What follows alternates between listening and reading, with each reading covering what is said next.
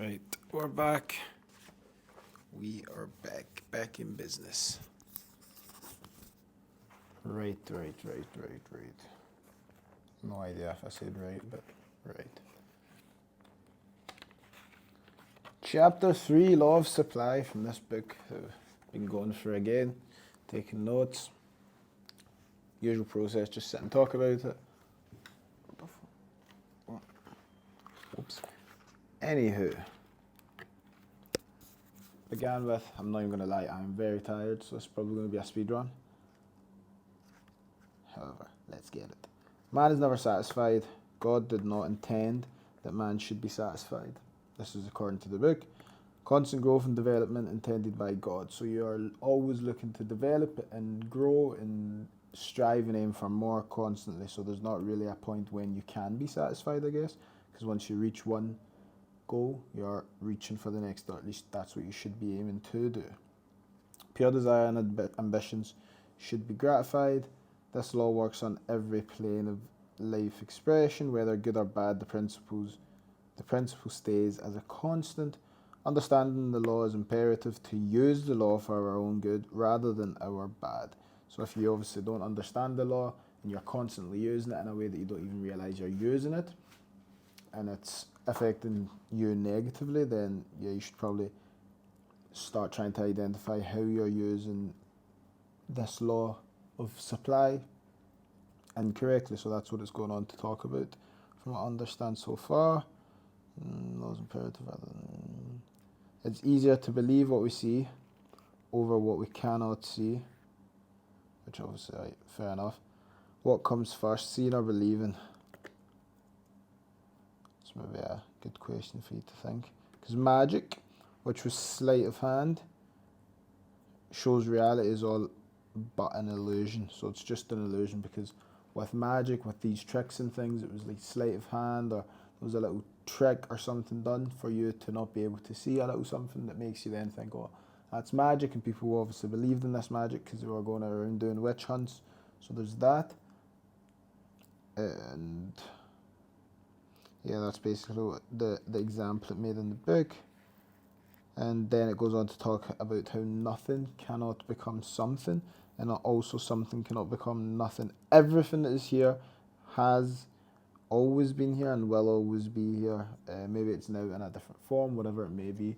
Which, yeah, I find things like that very interesting. I'd say in physics, when I was in like 4th or 5th year, whenever I was in physics anyway, when I'd chosen it as a subject, we were learning about certain things like relativity and like energy, like not being able to be destroyed, etc.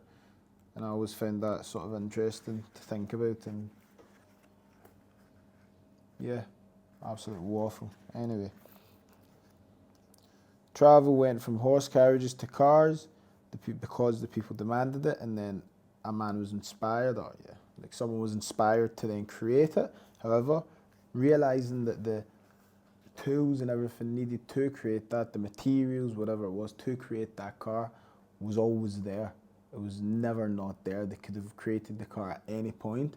However, they needed that inspiration in the mind first to be able to go ahead and create that in reality. So everything we need and everything we look for and everything we are looking to create is already available for us to create, which is what it's talking about, meaning that the supply is infinite. There's not any sort of lack, there's not any sort of scarcity, and there shouldn't be that mindset either. However, the reason that people didn't maybe were content with the horse and carriages is again because they didn't think further than the horse and carriage. They had the horse and carriage and that was it. They were sort of content with that. However, someone wasn't satisfied, someone wanted better, someone wanted more, and then they innovated, and then that created innovations to the point where people probably think, what would they have done if they only just had horse and carriages? Like, where would society be? Would it be as far forward as it is now, or then, or whenever? And that is another thing it goes on to talk about in the book. As far as I was there, yep. A man doesn't consist of possessions, rather what his mind consciousness of what he has. Yeah, it's based off of the consciousness. So in terms of your possessions can be whatever they are. However, if your mind only lets those certain possessions be one linear thing and you can't look at them in any other way to extract or create value from them, and you think that that's all you can sort of have or that's all you are, then yeah, you're sort of limiting yourself, I guess, is what it's trying to say. You only have what the mind, yeah, you only have what the mind permits to you. So if your mind doesn't believe, for example, that you're able to travel around the world, then you probably won't travel around the world, even though you may have the funds to travel around the world, but you think that you don't. So yeah, there's an example of having the ability to do something, but because your mind tells you that you don't have the ability to do it, even though you have all the resources there and tools or whatever that you would need to actually do it, your mind doesn't think on a level where it can do it, so then you're just sort of stuck not doing so. We don't have your mind permits example. Yeah, so the example given was actually a good one. It was a barren farm. Farmer worked hard on there, couldn't really grow anything on there. People came to review the land. It was like full of like scum everywhere. They were like picking it up, smelling it, taking samples, drinking it, and obviously the farmer was thinking, well, this farm is useless. Can't grow anything on here. They came with an offer. He ate it up. They bought the farm off him. He moved on, moved away, opened another farm, because that's what he knew and where his mind sort of took him to. And then all of a sudden, boom, they were erecting big structures and extracting oil. So there was loads of money to be extracted from that farm, just not in the way that the farmer knew how to do. So the farmer would have had to expand his consciousness or his mind and think on a whole new level in order to be able to even realize that he was standing on an absolute gold mine and didn't have to work as hard as he thought he had to work, but because that's all he knew, then that's all he was doing. And I actually quite like that story. So yeah, there's abundance. You can only see the land as one thing. So yeah, worry of where your next dollar is coming from just creates doubt. And what I said was, let me just double check what I said. Yeah, so pretty much the example I made was like, for example, if you're set that, okay, there's a well of water that's been dry for a long time, and someone says, oh, this well, it's got water in it, grab your buckets, and in your mind you're like, oh, this well never has water, I'll just take 1 or 2 buckets just because, why not? I'm not gonna waste my time or waste my energy taking all these buckets. And then someone else has loads of buckets and they go, and then there ends up being an absolute crazy amount of flow of water in that well, and that person's just bucket after bucket after bucket, and you've only got your 2 buckets there because you didn't believe or even think that that could be a reality.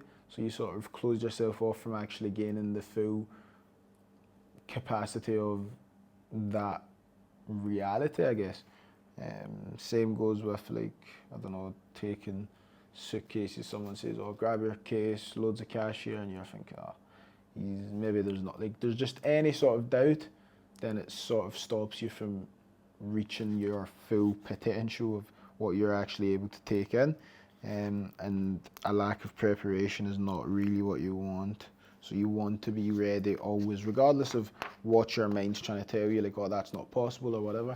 I'd say that you should always just go into it with an optimistic mindset of, well, let's just say it's going to work out. What would I need to be doing to be able to smoothly take on whatever it is I'm thinking of taking on or doing?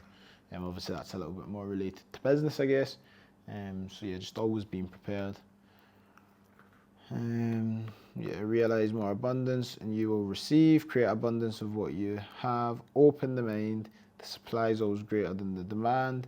The demand is creating our thinking. A magnet can attract to itself its own, like, whatever it has the power to attract to itself. Is it's just as simple as it sounds. It can attract what it can attract. So if your mind thinks that it can only attract X, then it will just attract X. Whereas if you know and think that you can attract more, then yes, you can attract more. And the supply and like the magnetism in the world, it's not as if there's an limited number of magnetism. It's just something that there is, and you can pull from that source. And an example that was made was about I think a magnet and electricity combined with electricity can create something brilliant, but someone who doesn't have that understanding or have the thought of, oh, what can I create from this, will just see it as just a magnet, whereas someone who has an understanding of magnets and laws and electricity can take that magnet and turn it into something even better than what it was, or have it create more magnetism. Can't exactly remember what the description was, but yeah, it's definitely worth a read back.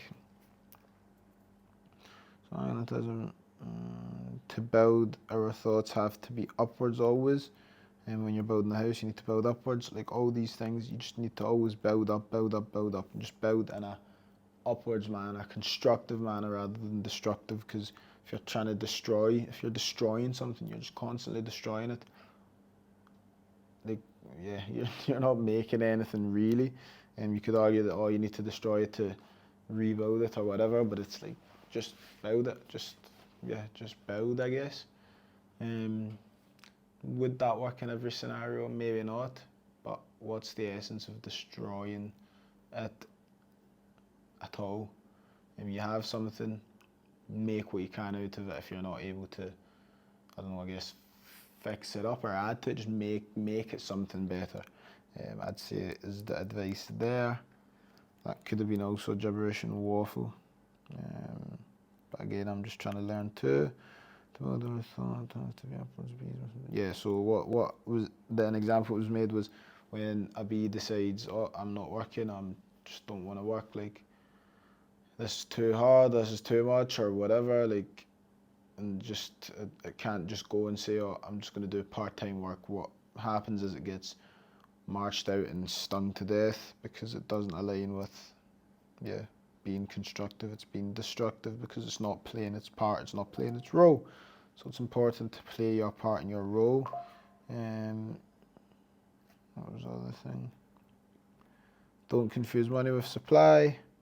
Concentrate on the whole. However, realize that hoarding doesn't work with the law, because then, yeah, you're just hoarding and trying to keep as much as possible, because well, maybe not because, but that would indicate that you have in your mind that you cannot get more if you're just hoarding and trying to keep as much of the money that is coming in as possible. Not saying go and be stupid and spend frivolously. However, if you're just constantly like trying to keep as much and penny pinch, then you're just training your mind to say, well, any money I do get in, that's probably going to be the last of it, and I'm not going to be able to make more, and then you end up just being in a situation where that's all you ever make. However, realize that won't work. Use it as it's supposed to be used, not scarcely, as it is not scarce. Money isn't something that's scarce. Loads of things are not. Like, there's nothing that's really scarce.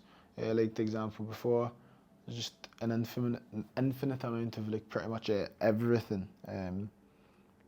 Like everything, there's just an infinite supply of absolutely everything, which is such a beautiful thing in my opinion. So yes, every thought of good is a seed. Yeah, and the way you want to look at thoughts of good is that every thought of good is a seed of good, and every thought of bad is a seed of bad. So obviously if the seed grows and it's a bad seed, then it's going to create what? If it's a good seed and you're constantly thinking good seeds, then it's going to create what? Like the same way you plant an apple seed, you're going to get apples. You plant a pumpkin seed, you're going to get pumpkins. And yeah, you just maybe want to think about what sort of seeds you're sort of planting in your mind to then create in your reality. And yeah, I guess the next chapter, I'm sure, was law of attraction, which I'll be doing next. And I'm guessing that feeds into that, actually, just the law of attraction. You're attracting what you're putting out there, which, yeah, I guess we'll go on and find out about.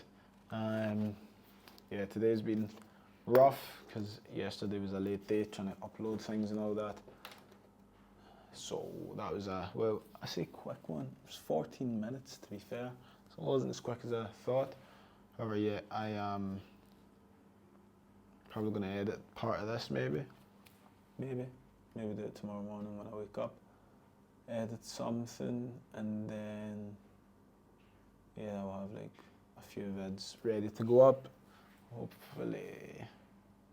Yeah, tomorrow I've got a few things on. Maybe do a little other side quest I'm planning on doing on the channel as well. So this is going to be in one playlist. Obviously book reading and things.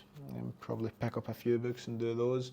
And then there's another one that I'll be doing with other people, just speaking to them, maybe on different topics, and call it something specific. And yeah, see how that goes. Making progress, thankfully, and yeah, step by step, uploading these vids.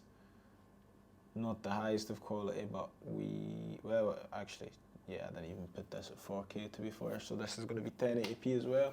I remember to do these ones at 4K, that's a mental note I'll need to take. Well, not need to, but it's a mental note I'll take. In fact, I'm going to write it on the whiteboard. 4K vids for when I'm doing my book analyses. So yeah, anyway. Oh my goodness. Right, anyway. Thanks for listening if you got this far, and hope you learned something. I sort of refreshed my mind there, still learning, and see you real soon.